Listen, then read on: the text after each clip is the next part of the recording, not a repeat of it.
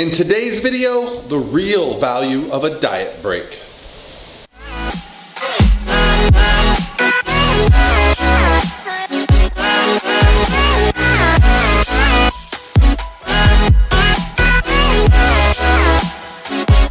All by myself.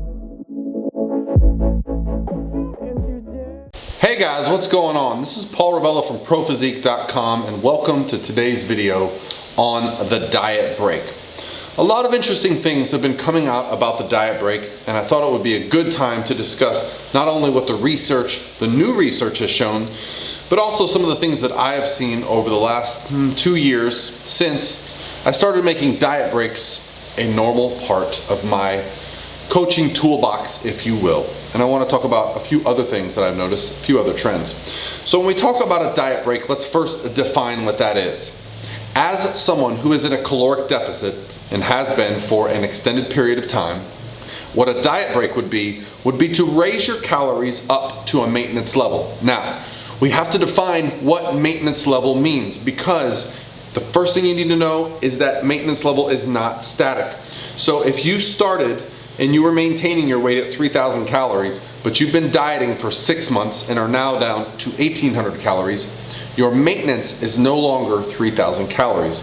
That would be a surplus. That will put you back into fat storage, okay? So what we need to do is pay attention to the fact that our maintenance level of calories comes down the longer we diet. That's called metabolic adaptation, and it is a perfectly healthy and good function for the human body to do. It allows us to survive. So how do we know what this is? Well, I have been able to pay attention just to what happens when you add in a refeed day, multiple refeed days, or now, as we call this, a diet break.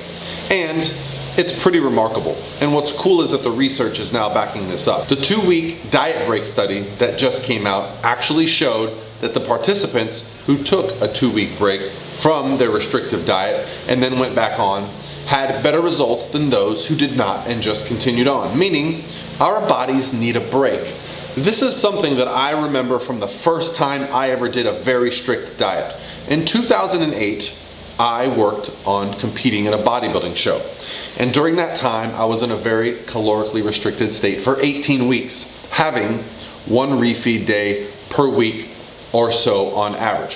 What I noticed was the leaner I got, the better I responded to that refeed day. Meaning, the day that I raised my calories up, that day and the following day, I looked and felt a lot better. Now, a lot of this had to do with glycogen, but I also feel it helped with recovery. The first diet break that I would have considered that I took that entire contest prep of 18 weeks was peak week.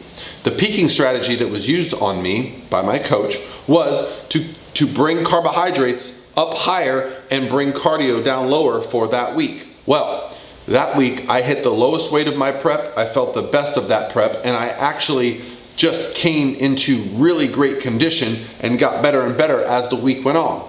Now, some of that was down to restoring glycogen, but the energy, the low weigh-ins, all of that points to the fact that when we're in a deficit for too long, there might be some negatives that outweigh being in that deficit for longer, which can be tough telling yourself when you want to lose more weight that it might be time to raise calories up and drop cardio back down a bit.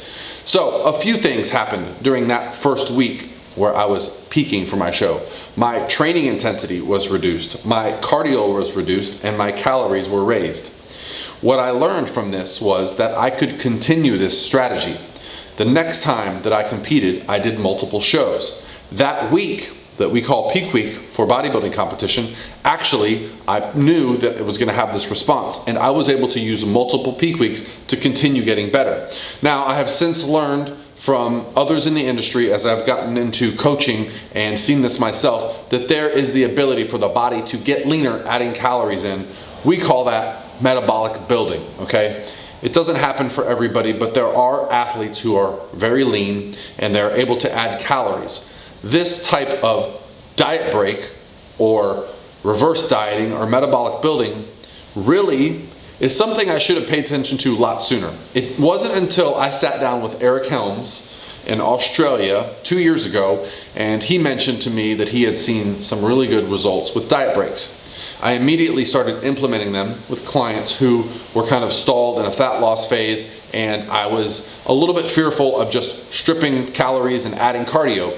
You can only do that so long before you really drive a person into the ground, start to see some negative impacts. To the dismay of some of those athletes and clients that I was working with, the diet break can be very scary, but I saw immediate benefits, immediate results. And since then, it has been a staple in my approach. So I would encourage you, if you are training very, very hard and on very low calories and have been so for a very long time, try a couple things, try a couple strategies. The first may be that you need to reduce your training intensity for a week. That doesn't mean stop going to the gym. I would suggest that you reduce your training intensity either by reducing the amount of frequency you have that week, the amount of total training volume you have that week, or just go into the gym, do the same amount of sets and reps, and maybe train at about 60 to 70% of your normal weight. Now that's gonna feel weird for a lot of people because when we go in the gym, we get excited and we see someone else in the gym and we wanna out-ego lift them, okay? Step out of the ego and allow yourself to enjoy that week of recovery and refreshing and watch how great you feel the next week. It also can help if you raise up your calories slightly. This might mean only raising your calories maybe 200, 300, 400 calories per day for the week, okay? It doesn't sound like a lot, but if you bring down cardio, bring down training intensity, I would suggest cardio, roughly cut it in half, okay? So if you're doing 30 minutes, 40 minutes a day, bring it down to 15, 20 minutes a day.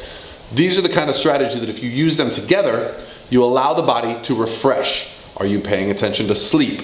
Sometimes when we get into these patterns where we're training really hard, eating very low calories, our sleep can start to get interrupted, and that can be a huge factor in why fat loss stalls, cortisol stays elevated chronically, and many things in the body start to happen that prevent us from losing body fat. Well, one great thing about using a diet break strategy, bringing down cardio and training intensity, is that your sleep can often improve because you're satiated, your body feels refreshed and recovered, and with better sleep, better results.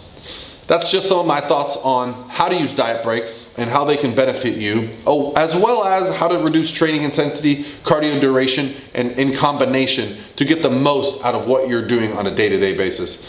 That's gonna be it for me today, guys. I gotta get to the gym because I didn't train at all yesterday, so I am excited.